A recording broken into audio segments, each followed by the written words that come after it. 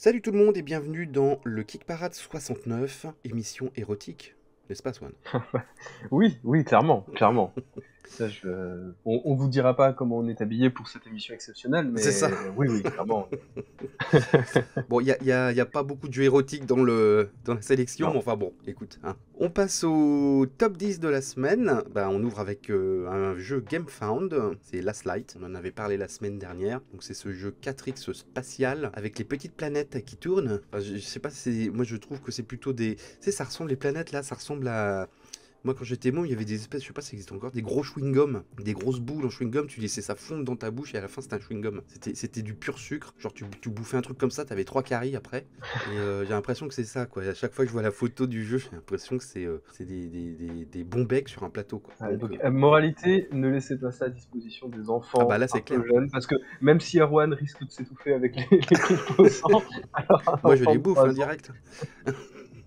En plus, t'as des pépites de chocolat, les astéroïdes, on dirait des trucs. Oui. Bon, bref, moi je suis pas très fan, on l'avait dit la semaine dernière, je suis pas très fan du design de ce jeu. Il en est à 340 000 euros, 2282 backers. Ça marche pas mal, hein, il reste une petite semaine. Je te propose de passer au Oui, suivant. c'est un projet, oui, très rapidement, pour Ouais, en vas-y, revenir, je suis vas-y. un peu d'accord avec l'impression que toi tu as du jeu. Alors après, l'avantage aussi de ces composants-là, c'est que le jeu est très lisible. Ouais, Donc je pense qu'en termes ça c'est sûr. d'ergonomie, c'est un véritable avantage, surtout sur un 4X. D'ailleurs, c'est assez drôle parce qu'on a vu fleurir à droite à gauche des 4X Fantasy, etc. Et en fait, on s'aperçoit que la sobriété de l'espace, le plateau noir, en fait, ça fait quand même beaucoup plus ressortir les composants. On sent que là, ils sont focalisés sur des composants qui fonctionnent plutôt bien. Bon, les couleurs sont pas super bien choisies pour nos amis les daltoniens, malheureusement, surtout Oui, avec ça c'est clair. des trucs qui se ressemblent autant au niveau des vaisseaux, c'est un peu dommage. Mais voilà, après je trouve qu'il y a quand même l'ergonomie c'est bien, mais bon, surtout dans un 4X spatial qui est un genre un peu éculé, avoir sa propre identité, c'est un avantage aussi. Et je suis un peu d'accord avec toi là-dessus, c'est que ça manque un peu d'originalité dans la proposition artistique. Voilà, et puis à part le petit plateau qui tourne, bon, je pense que je vais rester à mon Eclipse, qui est très bien. On avait vu aussi Fractal, hein, qui avait une DA très très particulière. Enfin, ouais, au niveau des 4X, je pense qu'il y a des choses quand même qui sont plus sympas. 9e position, c'est Autobahn, donc qui a perdu une place cette semaine. Donc la gestion des autoroutes allemandes. Ce jeu ultra millimétré, vous allez devoir améliorer les autoroutes, transporter des biens, du pur jeu de gestion. Il en est à 138 000 dollars. Tiens, ils ont pas fait la conversion pour ce jeu. 2675 contributeurs. Il reste une dizaine de jours. Et bien voilà, bah écoute. On va passer au 8e. 8e place, c'est une entrée, c'est Uprising Titans of the First Age. Alors c'est une extension, hein, Titans of the First Age. Je n'ai pas vérifié quand... Si, je crois qu'il est sorti, il a été livré il y a un an, Uprising, je crois. Donc c'est un jeu de conquête de territoire avec... alors de mémoire, parce que j'ai regardé la page il y a quelques temps, c'est... vous allez essayer de reconquérir un empire en fait. Vous avez des factions très asymétriques et il y a un petit côté exploration parce que vous avez des tuiles qui se retournent avec sur chacune d'entre elles des lieux spécifiques. Vous avez un solo et il est bien spécifié que vous pouvez en tant que joueur solo vous battre contre les deux AI et que les AI peuvent se battre entre elles. Donc ça c'est plutôt intéressant parce qu'en général les solos bah tu te bats un peu contre un joueur neutre et puis basta. Là tu en as deux et tu peux faire quand même une espèce de jeu à trois entre guillemets même en solo. Il y a beaucoup de standees qui sont plutôt rigolos je trouve. C'est un jeu assez complet quoi. Alors je sais pas si parmi vous il y en a qui avaient pledgé Uprising. Bah, n'hésitez pas à nous dire ce que vous en pensez pour les copains qui voudraient peut-être prendre le bundle, car évidemment vous pouvez prendre l'original en même temps que l'extension. L'extension, bon bah il n'y a pas de mystère, hein, c'est dans le titre, donc vous rajoutez des titans. Ça c'est toujours, ça marche toujours ça les extensions avec les titans, j'ai remarqué. Bah, cet univers-là, en ce moment, enfin, en fait, depuis 10 ans, en fait, je pense que c'est lié à la sortie de Skyrim. Je pense que depuis Skyrim, en fait, l'univers un peu nordique, viking, etc., c'est revenu énormément à la mode. On trouve un peu l'ambiance mythologie scandinave. Ouais, Après, l'intérêt, c'est que le jeu se présente comme un 4X, donc un peu comme précédemment, mais en coop, pour le coup. hmm, C'est-à-dire que là, vous allez devoir chacun monter votre civilisation, mais pour affronter un ennemi commun. c'est Là, ça. c'est finalité du titre. Mais tu Est-ce peux que le faire compétitif pas aussi, hein, c'est marqué. C'est ça. Oui, Mais voilà, en fait, ils mettent en avant ce côté, d'habitude, les 4X, vous vous mettez sur la tronche. Là, vous pouvez vous mettre sur la tronche, mais vous pouvez aussi agir tous ensemble contre un ennemi commun. Et ben là, je trouve qu'on est dans l'exact opposé de la slide de tout à l'heure, c'est-à-dire que je trouve que artistiquement le jeu est ultra intéressant, mais difficilement lisible. Ouais, moi aussi, je trouve que Donc, c'est assez fouillis, mais j'aime beaucoup l'idée des tuiles avec vraiment des lieux uniques quand tu la retournes. Je trouve que c'est cool, quoi. Tu vois, à chaque fois, j'ai l'impression, tu retournes la tuile, il y a un truc unique derrière, avec une habilité, une action, et du coup, tu sais pas où tu vas, enfin, tu vois, c'est intéressant, parce qu'après, petit à petit, tu vas explorer le truc, et puis tu vas te dire, ah bah, ce lieu-là, il faut que j'y aille, parce que je sais que tu peux faire ça là-dessus. Et puis, il y a quelque chose qui est très à la mode aussi actuellement dans les composants, c'est les villes qui se fabriquent petit à petit. On a vu ça dans pas mal de jeux cette année. Tu commences par le village, tu peux mettre des fortifications autour, après tu peux mettre une tour de guet au milieu. Ça, non, le jeu a l'air ultra complet avec pas Ouais, mal ouais. de variantes de manière générale. Mais bon, préparez-vous à des grosses sessions. Ouais. Oui, c'est du gros jeu, hein. Mais ça a l'air intéressant. Donc si vous avez Uprising, si vous avez joué Uprising, n'hésitez pas à nous dire ce que vous en pensez. Ça nous intéresse. 7ème position, c'est Anastir, le jeu de Mythic Games qui a perdu 2 places cette semaine. Il est un peu en perte de vitesse, Anastir. C'est sa dernière semaine. Alors ils essayent, hein, il y a beaucoup de communication comme d'habitude chez Mythic Games. Ils ont sorti 2 extensions, un qui s'appelle The Fog of Revolt Expansion, donc qui se passe dans la montagne, et un autre qui s'appelle Bone Swamp Expansion, et qui se passe dans les marais. Donc ils font des extensions de terrain, en fait. Le jeu en est à 538 000, enfin à peu près 530 000 euros, 3480 contributeurs, et il reste une petite semaine, comme je l'ai dit. Je sais pas vous, mais je trouve que la campagne, dans la manière dont elle est gérée, elle ressemble beaucoup plus à une campagne Awoken Realms qu'à une campagne Mythic Game. Alors, pourquoi je dis ça? Parce que je trouve qu'aujourd'hui, avec ces gros mastodontes, en fait, on aperçoit qu'il y a un système de communication qui se met en place, etc. Donc là, en termes de communication, ils sont dans du pur mythique. Par contre, dans la gestion de la page, des stretch goals, etc., notamment le fait que les stretch goals débloquent une extension qui sera gratuite pour les gens qui ont participé et qui sera ensuite vendue en magasin, et ben ça, je trouve que c'est une logique qui fait très Awoken Realms dans la logique. Ce qu'on avait eu pour Tainted Grail, c'est ce qu'on avait eu aussi pour Etherfield. Et ben là, on est dans la même style de présentation, ce que je trouve plutôt amusant. On sent que voilà, chacun en fait, ils ont commencé avec Super Fantasy Brawl, qui est d'ailleurs en ce moment distribué en boutique. Et je pense que c'est plutôt une bonne nouvelle pour Mythic, parce que Mythic Games, ils ont un problème, c'est qu'ils ne marchent que sur Kickstarter. Et que ça commence, mine de rien, à être un assez gros éditeur. Et donc, il fallait qu'ils fassent un espèce de roulement permanent, qu'ils ont des salariés, tout simplement. Et donc, ils sont obligés de, tous les 3 mois, de lancer un Kickstarter, quoi. Pour, ne serait-ce que pour payer leur fonctionnement, tout simplement. Et donc, le fait qu'ils commencent à sortir en boutique, ils avaient déjà lancé leur e-shop il y a quelques mois. Je pense que c'est peut-être bénéfique pour Mythic Game, qui va peut-être être moins dans l'urgence de sortir des Kickstarter tout le temps. Et peut-être, du coup, pouvoir mieux se poser, avoir une meilleure assise financière, enfin être un peu plus sécurisé, et peut-être de temps en temps moins sortir des jeux dans l'urgence, ce qu'on leur reproche un petit peu de temps en temps, hein. C'est-à-dire de sortir des jeux qui sont pas tout à fait finis au niveau de la réflexion du gameplay. Donc voilà, donc je pense que c'est bien pour eux. Parce que là, je vois Anastir, ça a bien marché, hein. Ils ont fait quasiment 600 000 euros, hein. Mais c'est pas non plus un triomphe, c'est ça que je veux dire. C'est quand même, je pense, un jeu qui est très cher à produire. Donc ils vont tomber sur leurs pattes, évidemment, mais j'ai peur qu'à un moment donné, avec ce système, si tu as un Kickstarter vraiment qui se plante, ça leur est pas arrivé pour l'instant, je pense, mais le jour où ils ont un Kickstarter qui se plante vraiment, ça peut être très compliqué pour eux. Donc la solution boutique et e-shop va leur permettre quand même d'avoir une espèce de coussin de sécurité. Ouais, je suis d'accord. Bon, même si eux, ils ont toujours démenti ce côté course de rattrapage dans les projets qui suivent.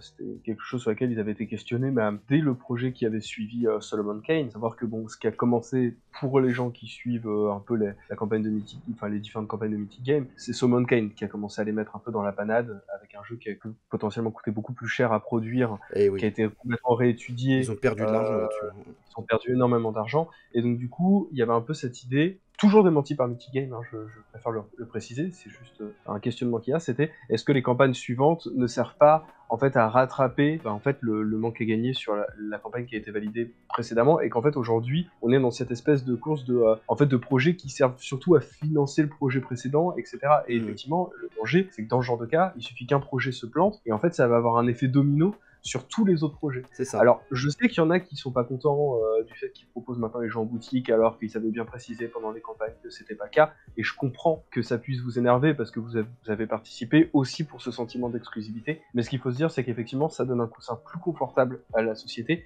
mais surtout aux employés et aux gens qui bossent là-bas. C'est ça. Parce que c'est quand même une affaire d'humain d'abord. Hein. c'est ça. Et donc du coup, oui, ok, là, maintenant il y aura plutôt des extensions qui seront offertes gratos, alors que habituellement ils auraient payé en boutique, etc. Ok, mais moi je trouve que c'est peut-être une méthodologie, surtout pour une grosse boîte comme ça qui engage des gens, qui me semble beaucoup plus sereine. Et moi j'encourage Multigame à partir sur cette voie-là.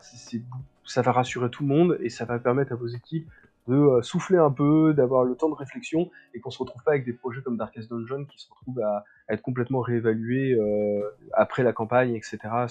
C'est pas faisable ni pour vous ni pour vos équipes. Continuez dans cette lignée-là, ça me semble beaucoup plus prospère. On est content de vous voir dans les boutiques traditionnelles. Rassurez-vous, les gens continuent à participer à vos projets. La preuve, c'est qu'on est à quasiment 500 000 euros. On en est à 511 000 euros avec 3 480 contributeurs, et il reste encore une semaine. Peut-être qu'on atteindra, je sais pas si on atteindra le million, mais ça me paraît difficile quand même. Ça me paraît difficile, mais on a déjà été surpris. Hein. Oui, dans les derniers jours, mais bon, là c'est quand même... Enfin voilà, et puis les boutiques, c'est cool aussi, hein, pour les boutiques. Tout à fait. Voilà. 6e position, et c'est DC Deck Building Game 10th Anniversary, qui a perdu également de place. Bon, il est sur la fin de sa campagne, hein, il reste... remarque, il reste une dizaine de jours, ceci dit, c'était une longue campagne. Hein. Il en est à 3602 contributeurs, et combien a-t-il récupéré d'euros pour l'instant? 593 000 euros. Je pense que pour un jeu de cartes, c'est pas mal, hein. Oui. Bon, mais comme quoi, l'univers d'ici, qu'on dit souvent un peu ironiquement qu'il a été battu par Marvel, tu vois ce que je veux dire. Donc en jeu, apparemment, DC Comics, ça marche aussi, quoi. Oui, et puis là, effectivement, bon merci d'ailleurs pour vos commentaires, hein, pour nous expliquer les différences. Oui, carrément. Entre les différents jeux des franchises. C'était très clair. Donc pour celles et ceux qui voudraient voir la différence, on va pas les répéter ici, mais vous pouvez les trouver dans les commentaires des anciennes vidéos, par des gens passionnés en plus, donc allez-y, c'était très clair. Ouais, moi je trouve que la campagne est peut-être un peu longue aussi pour une édition 10e anniversaire. D'habitude, dans ce genre de projet, on part sur des campagnes assez courtes. C'est la tendance actuelle. Hein. Ouais, bon là ils sont partis pour durer pour pas mal de temps. Voilà, sachez que en parallèle, là il y a l'une des extensions, enfin l'une des boîtes, là, le Dark Knight Metal qui sort chez nos amis de Don Tani, il me semble. Ouais, c'est ça. Ainsi que voilà, donc vous pouvez retrouver toute cette édition en fait qui ont un train de retard, hein, on va pas se mentir, mais bon, en même temps il y a un gros travail de traduction et d'adaptation. Mais voilà, ça sort en France, au compte-gouttes. Bon là, cette édition-là ne sera pas proposée dans la langue de Jean-Baptiste Poquelin, mais mais ça viendra. De Jules. C'est ça. C'est souvent qu'on reçoit des traductions Kickstarter en français dans la langue de Jules, malheureusement. Allez, on passe au suivant. 5e place, c'est une entrée, c'est Wayfarers of the South Tigris, qui en est à 3897 contributeurs. Je te laisse dire en euros, parce que moi, pour tout vous avouer, j'ai un bug, tout est mis en dollars. Donc c'est un peu chiant. Donc c'est 234 000 euros. Merci. Alors, quand j'ai vu ça, je me suis dit, tiens, les illustrations me disent qu'il y a vraiment quelque chose, quoi. Bah, tu m'étonnes. C'est tout l'univers de Viscount. C'est ça. Et puis, en fait, c'est la 3e gamme des jeux de Sean Phillips. Il avait d'abord commencé par une gamme qui se passait au nord, avec des illustrations et des personnages très inspirés de l'univers viking. Puis ensuite, il était passé dans les royaumes de l'Ouest avec un univers un peu médiéval. Ouais. Renaissance. Et là, il s'attaque au sud, donc avec un univers beaucoup plus inspiré du Maghreb et de l'Afrique. Donc un nouveau style graphique qui est très très joli. Le plateau avec les cartes qui vont construire tout le décor, etc. Je trouve que c'est une excellente idée. Bon, les jeux de Sean Phillips, ils ont leur lot de fans, hein, la preuve en est. Le jeu est rentré directement dans le top 10 le jour même où il est sorti. C'est ça. Mais même problème que leur. Autant sur une édition anniversaire. Big box, machin, etc. Je pouvais comprendre. Allez, je pouvais excuser l'austérité de la page, mais là, je trouve qu'il n'y a aucune excuse. On est dans un nouvel univers avec des nouvelles mécaniques de gameplay. Alors certes, un petit peu vu, il y a plein de vidéos d'explication, etc. Mais je veux dire, bon, on n'est pas chez des débutants non plus. Pas de vidéo de présentation en entrée, une page qui est juste infernale à parcourir. Hein. C'est juste du gros pavé de texte. C'est triste.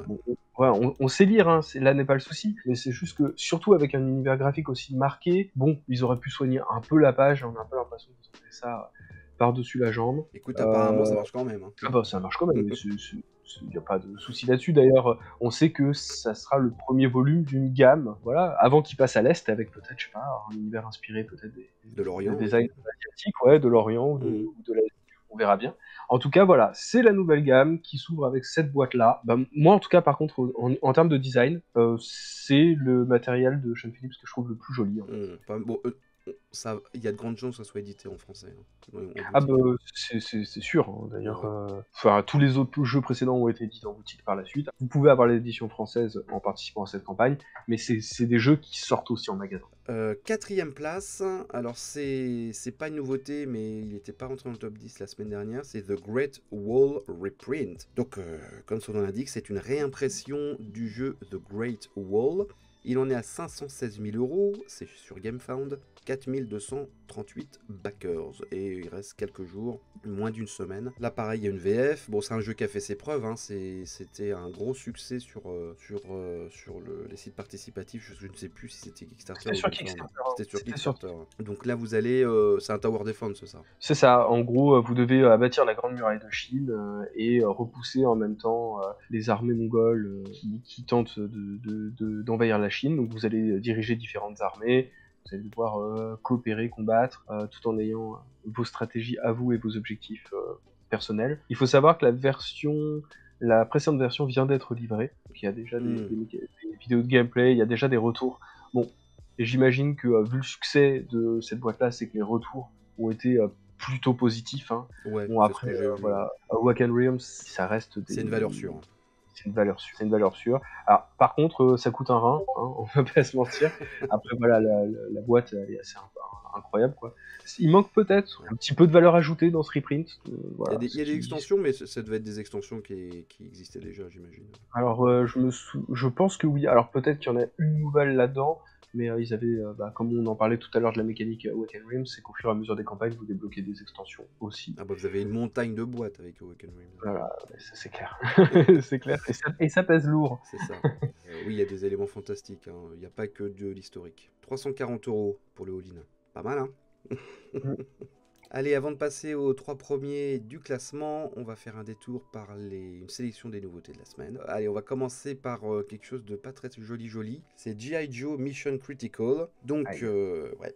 Donc après les maîtres de l'univers, voici G.I. Joe qui débarque. Je dis ça parce que ce sont, pour les plus jeunes qui nous écoutent, ce sont 2 dessins animés et 2 univers qui étaient diffusés en même temps dans les années 80. G.I. Joe, c'était un peu le concurrent des maîtres de l'univers, même si c'est pas du tout le même trip. Hein. G.I. Joe, c'est du militaire, un peu futuriste, on va dire. Moi, j'étais plutôt maître de l'univers. G.I. Joe, je trouvais ça un peu trop terre à terre. Ça m'excitait pas beaucoup. Mais c'était une énorme franchise des années 80. Il y avait des jouets, exactement comme les maîtres de l'univers. D'ailleurs, je pense que c'était... En fait, oui, c'est arrivé d'ailleurs dans ce sens-là, c'est-à-dire qu'ils devaient vendre des jouets, et en fait, ce qu'il faut savoir, c'est que les dessins animés à l'époque, alors ça existe toujours, mais un peu moins aujourd'hui, ils servaient avant tout à faire vendre des gammes de jouets. Et des 45 tours. Et des 45 tours. Et là, voilà, on est sur une de ces licences, ils cherchent un peu à remettre au goût du jour. Alors, il y avait une trilogie de films qui était pas terrible, qui était sortie dans les années 2000, et là, ils essaient de remettre ça en avant, mais... c'est moche. C'est moche. On va être clair dès le début. Ouais, c'est moche. Et puis surtout, il y a un souci là, les gars. Alors, c'est la lanterne rouge de la semaine. Hein. Voilà, de toute façon, évidemment, quand on est sur Kickstarter, on se fait toujours un peu pigeonner, là n'est pas le souci. Mais là, nous faire croire que pour 5000 $, vous avez financé votre projet, je pense que 5000 $, ça sert même pas à payer la franchise. Non, mais ils se foutent de la tronche du monde, c'est clair. Bon, les figurines sont dégueulasse, vraiment, là je le dis, hein. Le gameplay il a pas l'air intéressant, tu vas d'une case à l'autre, c'est une pièce, tu combats des gens, il n'y a pas d'infos sur le shipping, genre ils s'en foutent complètement, c'est super cher, je comprends pas. Pourtant Renegade Studio c'est quand même pas des amateurs. Ils ont notamment fait Le Secret de mon père, qui a l'air, on l'a pas encore entre les mains, moi je l'ai vu en vrai à Cannes, et je l'ai pledgé, je sais pas si tu l'as pledgé toi, Le Secret de mon père. Non. Mais ça a l'air génial, quoi. Donc je comprends pas pourquoi ils font cette espèce d'atrocité là. Ouais, c'est vraiment mystérieux, quoi. Alors à moins qu'ils aient été coincés par les ayants droit, ils pouvaient pas faire ce qu'ils voulaient. Bon, je crois qu'ils avaient fait Power Rangers aussi dans le même trip. Oui. Ouais, Encore tu te dis si c'est des jeux pas très chers, tu vois, machin, mais non, c'est cher, hein. C'est C'est cher, et 99 puis, dollars, quoi. comme on le Laisse rappelait tomber, quoi. en intro, G.I. Joe à la base c'était figurines. C'est Oui, ça le c'est ça. cœur. Et tu dis, il y avait un truc à pas rater. Bah c'est ça. Limite le reste, C'est c'est ce pas grave, tu Bah vois. oui, c'est ce qu'a compris Parce qu'en fait, Arkon Studio quand ils ont fait les maîtres de l'univers, quoi.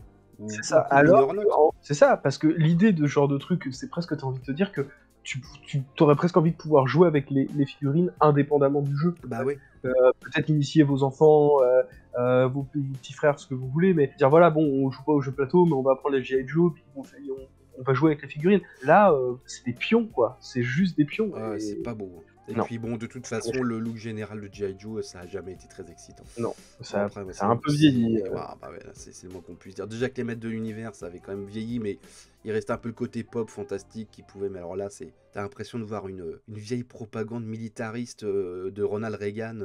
Ouais, enfin bref, bon, passons. Franchement, c'est pas excitant. Alors ensuite, bon, alors là, on va passer à quelque chose, je sais que ça va te faire plaisir d'en parler, qui s'appelle Through Ice and Snow. Ouais. Ah là là.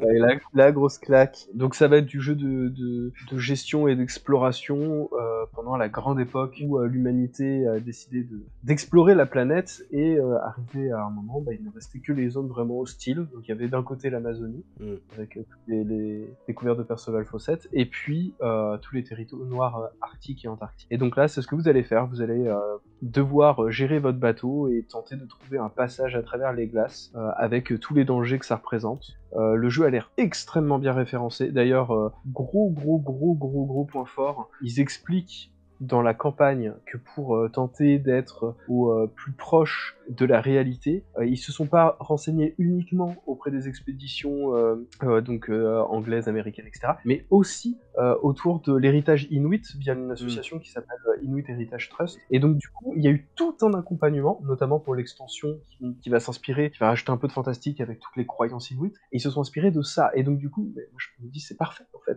c'est juste parfait de se dire, parce que vous l'aurez deviné, moi j'adore ces deux extensions, ces deux expéditions à la fois amazoniennes, mais là on va se concentrer là-dessus. D'ailleurs, je vous recommande fortement le bouquin de Dan Simmons qui s'appelle Terreur, qui relate ces faits-là.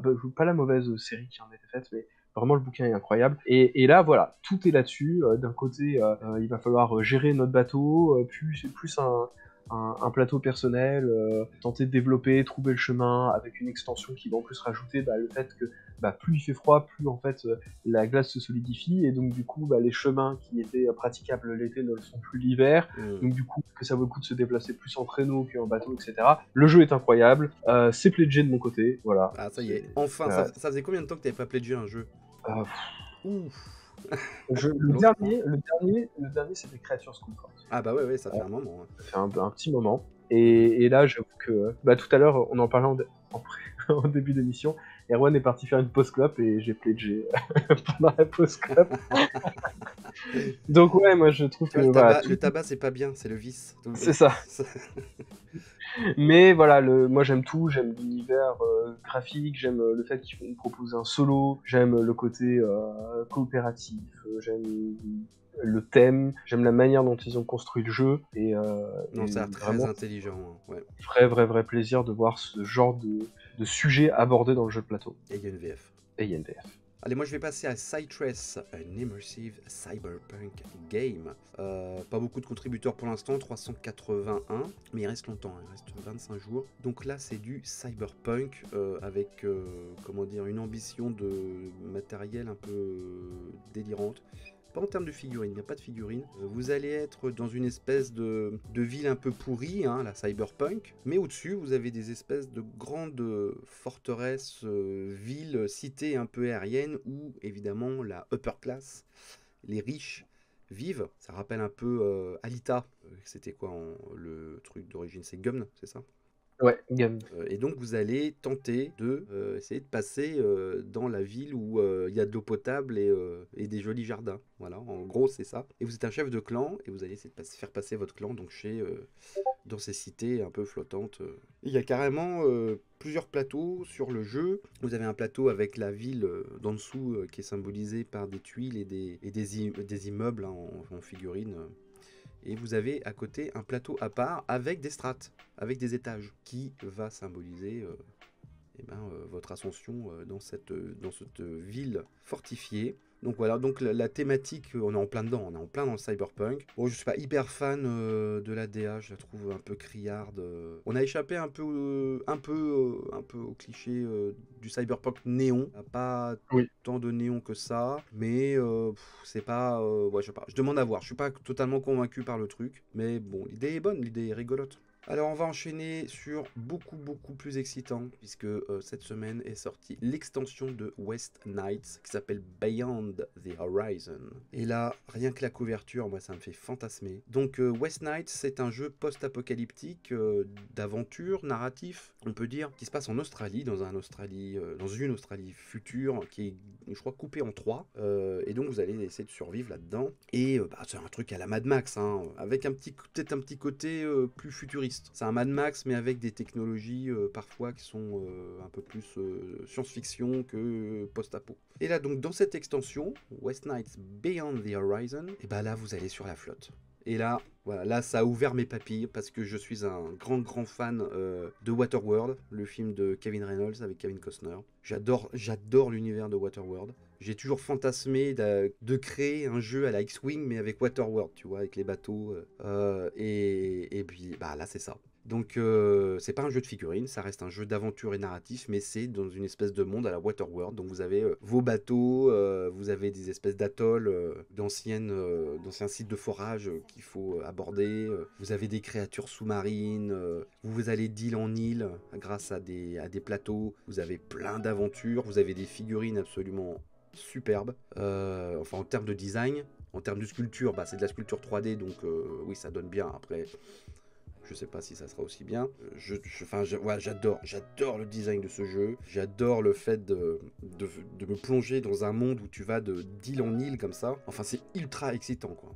Ultra Mm. excitant. C'est pour ça que c'est en couverture de la miniature de Kick Parade d'ailleurs, parce que j'ai tellement kiffé cette illustration. Il y a même des espèces de requins drones.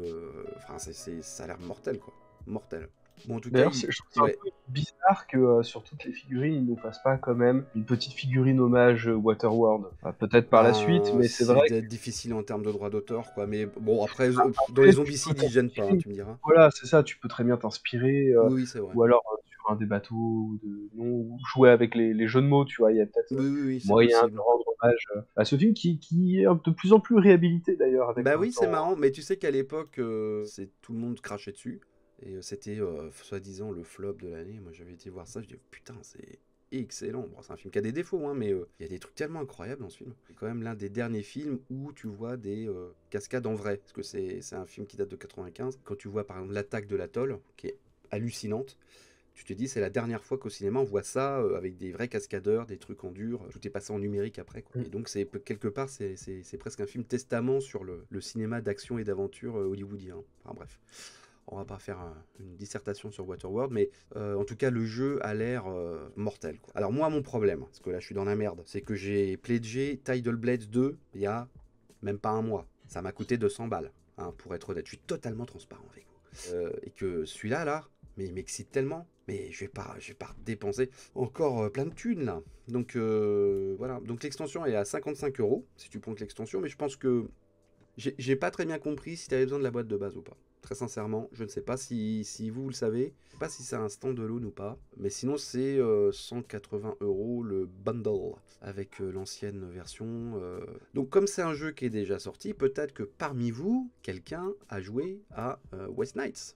Voilà, la première version. Donc dites-nous ce que ça vaut. Nous ce que ça vaut. Et donc si vous nous dites que c'est génial, ben, je suis encore plus dans la merde. Parce que Vous porterez la responsabilité.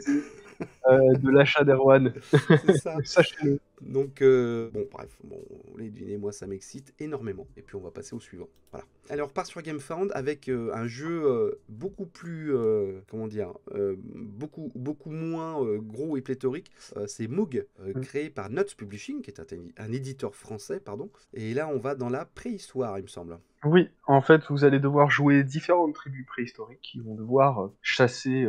Ils présentent un mammouth, mais le jeu qu'il y aura d'autres créatures préhistoriques à affronter. Et c'est du semi-coopératif parce que si l'animal s'enfuit, tout le monde a perdu. Donc vous êtes obligé de coopérer pour avoir une chance de gagner. Mais paradoxalement, il n'y a qu'une seule des tribus, celui qui aura fait la plus belle chasse, qui remportera la victoire. Donc on est un peu dans cet entre-deux, entre trahison et coopération, sachant qu'il y a tout un côté aussi gestion de la chasse, il y a un côté asymétrique en fonction des tribus que vous allez jouer, différents plateaux modulables pour que les terrains soient pas exactement les mêmes. Alors, j'avoue que je ne comprends pas pourquoi le jeu ne prend pas. On en est pour l'instant qu'à 80 backers. Ouais, c'est vrai. Moi, personnellement, j'ai un problème avec le thème de la chasse. Voilà, pareil, on est en carence. Oui, Moi, mais ça me pose même dans un... Voilà, enfin, je sais que ça ne m'excite pas de me dire je vais passer une partie et que mon seul objectif de la partie c'est de tuer un éléphant qui a rien demandé. Oui, après c'est quand même dans un contexte préhistorique. Si t'aimais pas la chasse à l'époque, tu crevais, hein, tout simplement. Voilà, bien sûr, mais moi voilà, c'est le truc qui fait que à titre personnel je pledgerai pas, sachant qu'en plus apparemment il y aura aussi un mode campagne, enfin bref, il y a plein de choses qui sont très bien autour de ce jeu-là, et j'avoue que 80 backers, pour un jeu qui va être vendu 23 €... C'est un peu dur, hein. Ouais, je trouve ça un peu dur. Bon, après, je sais que Nuts Publishing, ils ont eu quelques difficultés avec les financements participatifs par le passé. Ils ont des gros soucis de communication. Moi, j'aime beaucoup ce que vous faites, Nuts, mais vraiment, en termes de communication, il faut revoir la stratégie. Je me rappelle de la guerre de l'anneau, dont la campagne était un échec total. Bon, ils avaient fait Mini Rogue, qui avait plutôt bien fonctionné. Donc, je pense qu'il y a quand même un souci de communication. Mais effectivement, pour 23 €, un jeu avec un campagne, un mode solo, énormément de rejouabilité. Bon, il y a peut-être le côté un peu design des personnages dont je suis pas méga fan. Oui, qui est un peu cartoon. Voilà. Bon, mais qui a un côté un peu disproportionné, qui fait un petit peu pas très beau. Mais par contre, tout le reste des éléments fonctionne plutôt bien. Donc j'avoue que je ne parviens pas à me l'expliquer. En plus, vous avez la page en français pour pouvoir bien comprendre les tenants et les aboutissants du jeu. Donc ouais, je ne comprends pas. T'avais un petit plateau où tu peux monter sur la bestiole. Pour faire l'affrontement. Ouais, non, mais après, le côté est très bien géré. Donc voilà, si vous avez un petit peu d'argent à perdre, bah... Si vous aimez chasser le mammouth, c'est ça. Moog. Ou autre. Hein, oui, il y a d'autres bestioles d'ailleurs. Allez, dernière nouveauté, c'est notre copain Youssef Fahy. Évidemment. Qui sort un jeu tous les 4-5 mois, qui est d'une créativité folle, hyper sérieux. Bon, on ne dit toujours que du bien de Youssef Fahy. Parce que il assure, quoi. Il assure, il trouve toujours des idées de jeux sympas. C'est toujours des petits jeux pas compliqués à faire. Il te livre les jeux toujours en temps et en heure. Voire en avance. Là, c'est Dreamers. Donc, il y en est à 16 000. Alors, moi, j'ai toujours les trucs en dollars. Donc, 16 000 $. En euros. 546 contributeurs. Ouais, donc, on en est à 15 000 € pour le moment. Et c'est pas mal, hein. Quand on y... 15 000 €, il vient d'arriver. C'est un petit jeu. C'est un éditeur indépendant. Le mec commence à avoir sa réputation, je pense. Là. Oui, et puis en plus, là, il y a plusieurs choses intéressantes dans cette campagne. Déjà, le fait que tu puisses avoir la campagne est à la fois en anglais et en français, donc on peut la N'est-ce pas Matago? N'est-ce pas Matago, effectivement. Et puis, originalité, c'est un jeu qui joue à 2, alors que c'est quand même le spécialiste des jeux solo à la base. Et donc là, voilà, il y a une idée. Et en fait, ce qui est assez intéressant, c'est qu'en début de partie, en fonction des cartes qu'on aura piochées, eh bien, ça sera soit du coop, soit de l'affrontement. Et ça, je trouve que c'est plutôt bien vu. C'est-à-dire qu'au moment où vous lancez une partie, vous ne savez pas si vous serez ensemble ou pas. À moins que vous choisissiez, mais je trouve qu'on perd un petit peu d'originalité à faire ça. Et donc, vous êtes piégé dans vos rêves, vous devez vous enfuir en ouvrant 3 portes des rêves. Et face à vous, l'autre joueur joue en fait votre double onirique, qui peut être à la fois votre guide pour vous aider à vous en sortir, ou alors le maître des cauchemars qui a pris votre apparence et qui a pour objectif en fait de vous emmener sur une mauvaise piste et de vous laisser à jamais enfermé dans le monde des rêves. Donc les illustrations sont incroyables, mais vraiment, hein, pour le coup, en termes de design, c'est super joli, sauf la boîte ce que je trouve un petit peu dommage. Enfin, l'image qui montre en Mm. ouverture, je la trouve pas très jolie, c'est peut-être la moins belle. Mais par contre, le design sur les cartes, etc., est vraiment, vraiment très, très joli. Et puis, bah voilà, c'est quelqu'un qui est un développeur qui a déjà fait ses preuves. Donc, voilà, pour un jeu qui coûte en plus 18 euros, Tout bénef, quoi. carrément. Allez, on passe aux 3 premiers du classement. Il n'y a pas vraiment de surprise, hein. C'est du mastodonte. En troisième position, c'est The Dark Quarter. On en a énormément parlé la semaine dernière. On vous a dit tout le bien qu'on en pensait. Donc il continue à cartonner, hein. Il en est à 7878 contributeurs. Ce sont les derniers jours. Là, donc jeu d'enquête avec application. Faut le savoir, parce qu'il y a certaines personnes qui sont un peu allergiques à ça. Mais en tout cas, c'est un jeu d'enquête avec application. Je trouve que pour les jeux d'enquête, c'est quand même pas mal, les applications, parce que ça peut être très complexe, hein. Tu rencontres plein de personnages, tu vas dans beaucoup de lieux, tu as beaucoup d'informations, donc je trouve que c'est... Enfin voilà. Et en tout cas, bon, voilà, on va pas redire ce qu'on a dit la semaine dernière, hein, mais l'ambiance est folle, côté vaudou, la Nouvelle-Orléans, c'est super bien respecté, c'est super beau. Bon voilà, le succès ne m'étonne absolument pas, quoi. Deuxième place, c'est Master Dater, donc le jeu d'ambiance, ça fait 3-4 fois qu'on en parle. Il en est à 473 000 euros, 7 913 backers. Ce sont les derniers jours. Ouais, on n'en parle plus la semaine prochaine, génial. Il a quand même perdu une place parce qu'il s'est fait détrôner, hein. Il était premier la semaine dernière. Suspense. Voilà.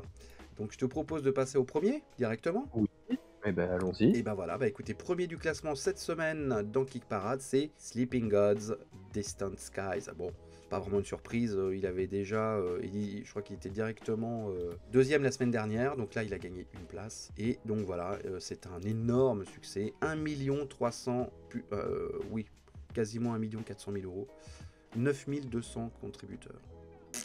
Ça fait rêver, hein. Il reste 2 semaines. Et il reste 2 semaines. Bon, après, moi, je suis toujours super content de découvrir qu'aujourd'hui, dans le jeu de plateau, il y a des auteurs qui sont connus, qui sont reconnus pour leur travail. Ouais. Ryan Locat en fait partie. Il fait des jeux qui sont imparfaits, clairement. Mais il y a une véritable vision artistique, et ça, enfin, en fait, c'est là où on se dit, voilà, un auteur, ça peut détrôner plein de choses, en fait. Il y a plein de choses qu'on peut leur excuser à partir du moment où il y a une vision, en fait. Et je trouve que c'est vraiment ça qu'on retrouve dans son univers. C'est un peu le Carpenter du jeu de plateau, Ah, c'est-à-dire que carrément. on sait, enfin, Le John j'exagère, Carpenter. mais en fait, je trouve qu'on est sur des profils qui sont un peu pareils, en fait, des créateurs touche à tout, euh, qui sont imparfaits, clairement, sur plein de détails, mais dont les imperfections, finalement, sont minimes à côté de l'expérience qu'ils proposent, en fait. C'est même lui qui a fait la bande-annonce, hein, sur Gameform. Qui a fait l'abandon et qui fait les musiques. Ouais. C'est-à-dire que quand il fait des jeux, avec sa femme, il développe des musiques pour accompagner. Là, en plus, on parlait la semaine dernière, il y a l'application avec l'audio-narration. Donc voilà, il y a un Bon, c'est une véritable... personnalité du jeu, c'est une vraie personnalité du jeu. Voilà. Et puis, bah, graphiquement, moi, je trouve ça magnifique. Ah, c'est chouette. J'adore sa patte graphique, je la trouve incroyable. Bah écoute, hein, tu n'es pas le seul apparemment. Non, on est plus de 9000. Et il reste 12 jours, hein, donc il peut vraiment aller encore plus haut. En tout cas, la Sleeping Gods, pour le moment, il n'y a pas de partenariat avec Lucky Duck d'annoncer. Non, Mais rappelez-vous quand même que pour le précédent, il y avait quand même eu plusieurs années C'est ça. avant que la traduction soit proposée. Donc c'est pas parce qu'il n'en existe pas aujourd'hui qu'il n'en existera pas demain. Sachant que bah, la campagne avait quand même plutôt bien fonctionné. On avait vu qu'il y avait des gens qui étaient très friands de cet univers, qui l'attendaient avec impatience. Et bien sur ce, nous vous souhaitons une bonne fin de semaine. Bon week-end, Swan. Bon Bon déménagement. Merci. Alors en sachant que Swan avait quand même retrouvé son micro dans un carton, vous avez pu écouter la différence. Je l'ai fait pour vous, hein, parce que j'en ai ouvert des cartons pour le retrouver, ce micro. Bon, et puis nous on se retrouve la semaine prochaine. N'hésitez pas à mettre des pouces bleus si ça vous a plu, à vous abonner au Troll Savant. Il y a des nouvelles émissions qui arrivent bientôt sur Marvel Champion notamment. Merci à toutes et à tous de nous suivre, de nous soutenir, c'est hyper cool. Et puis voilà, bah, profitez du printemps. Voilà. À la semaine prochaine. Ciao. Ciao.